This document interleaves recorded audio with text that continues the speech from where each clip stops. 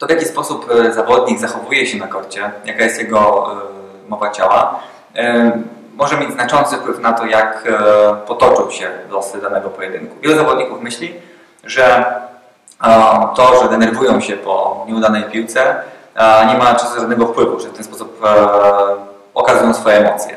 Warto pamiętać, że to, w jaki sposób myślimy, wpływa to na to, jak się zachowujemy, ale działa to też w drugą stronę. To znaczy, to, w jaki sposób się zachowujemy, wpływa też na to, w jaki sposób się czujemy. A kiedy pracujemy z zawodnikami nad ich mową ciała, staramy się ich przekonać, że na treningach warto pracować również nad swoimi reakcjami, na przykład po nieudanych piłkach albo właśnie po piłkach zwycięskich.